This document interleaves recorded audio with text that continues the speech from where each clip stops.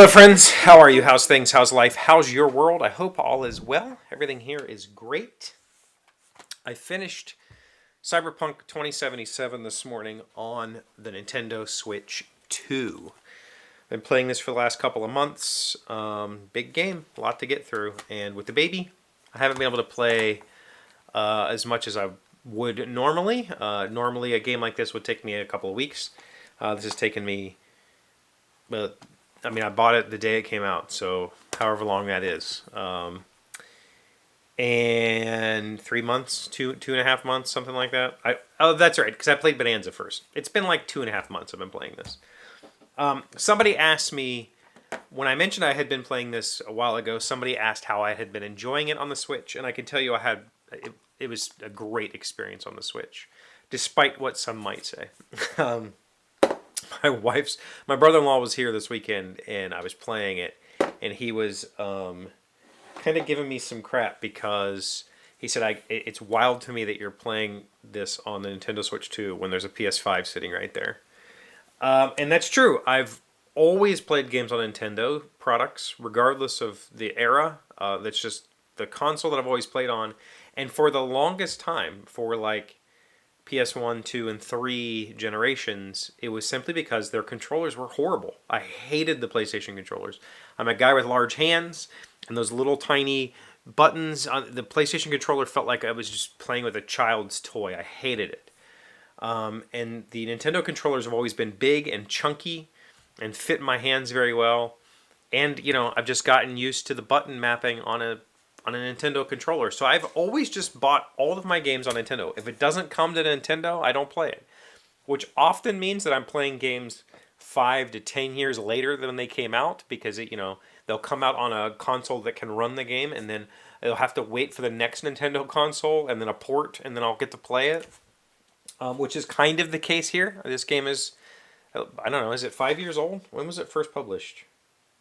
Honestly, don't know. It doesn't say on here either. 2025. Yeah, I don't know when the actual when the original published date was, but I feel like it was probably 5-ish years ago, and the regular Nintendo just simply couldn't run this game. I felt like that the Switch 2 ran the game very well. Was the city as dynamic and populated as it would be on a higher end console? No. In fact, there are moments that are hilarious when you're playing this type of thing, where you're on a motorcycle or something going really, really fast, and things will kind of load in as you approach, or you're driving. If you drive fast enough in this game, there'll be no other cars, because the system just doesn't have time to generate them before you get there. And so you can kind of just fly through the city without worrying. If you tried to do that on the PlayStation 5, you would smash into cars constantly, because there'd be cars coming at you from everywhere. The Nintendo Switch 2 can't really handle it. And those are the kind of things I just simply don't care about, because it means nothing to the game, I'm choosing to ride my motorcycle around the map because I can, not because it's because I'm cheating the game. Like, there's fast travel. Like, I would just, this is just fast travel. I don't need to do this, But the atmosphere of the game and the feeling of the game felt really good on the Switch 2. I played the entire game, including the Phantom Liberty expansion. I played all of it. And I think the game crashed 4 times, which is remarkable for a third-party game on the Switch. My experience with third-party games, especially big, heavy third-party games, is they crash a lot. A lot. This did not. I felt very comfortable letting this run for many, many hours, many, many play sessions without restarting. Whereas a lot of games, I will intentionally shut the game down and restart it just to prevent it from crashing. Right? As far as the game goes, I had a really good time with the story. It is a very bleak game, meaning that most of the missions and most of the things that you do in this game really make you decide whether you are a good person or not. And often the choices that you have, neither one of them is a good person choice. You just have to try to do what's right for your character. And so I did feel like I was role-playing quite a bit in this game. I was playing this game my way, from my character's perspective, and a lot of the choices that I made and the dialogue options that I had really made it feel like, oh man, I have to make some, this is a character judgment point in time. Am I making a good choice here or not? And I had a lot of fun with that. I had a lot of fun talking to Johnny. and hearing his quips and takes on everything, and kind of choosing my choices based on that. So I think this game was fantastic on the Switch too. I have personally, like, for me, the story is way more important than the rest. And then, like, the mechanics, meaning that how my character progresses, is there like a diverse enough tree? I played this game as a sneaky net runner, so I had a really high, I forget what it's called, when enemy detection. Like, I had good defense against that. I had like the camouflage abilities and that sort of stuff. I had tons of quick hack damage pile-ons, so I could just sneak around and see somebody and blow them up from afar, and they didn't know where I was. I had a lot of fun playing that way, but there was also a lot of times where I couldn't play that. Like, you have to play run and gun because the enemy is too smart or whatever.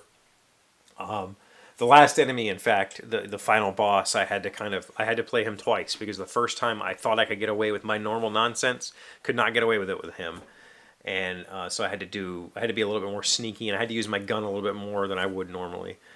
But I felt like a lot of the choices that I made in this game had actual impact, whereas most of these types of games, you make choices and the story's just like, yeah, whatever, you made a choice, but we're gonna there's just one path really, but we at least made you feel like it. And this one, I feel like you make a lot of choices, and like a lot of the missions I chose to just not do because they didn't fit my character. I didn't want to do that. Like, I didn't want to go boxing. I never did any of those missions. It just didn't fit me.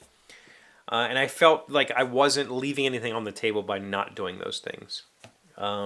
Like most RPGs, I felt over-leveled most of the time because I was doing so much of the side missions and so much of the story stuff and building on top, that the gear that I was getting was mostly useless. I was just destroying all of it.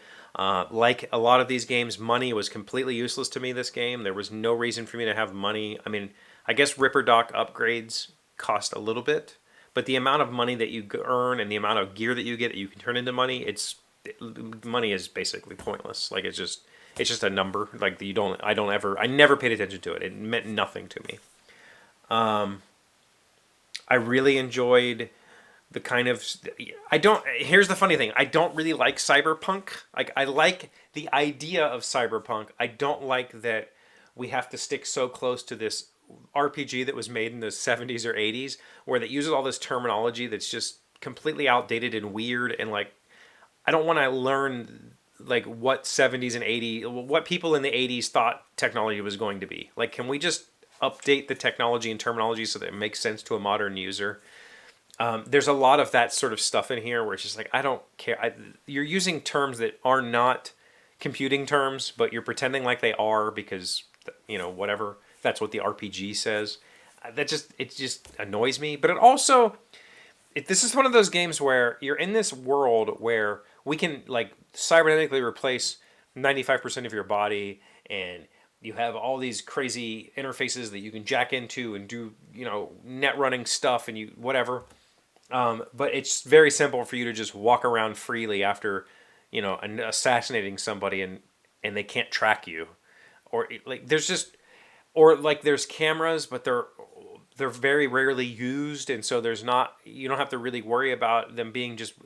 It's a very weird world, and so I guess maybe having some of that cyberpunk like terminology and quirkiness lets you know that this isn't the real world, and that even though this technology is super advanced, they're still kind of dumb with it. Or maybe you can just choose to think that they just don't implement some of the security stuff because it's like a violation of personal code. I don't know.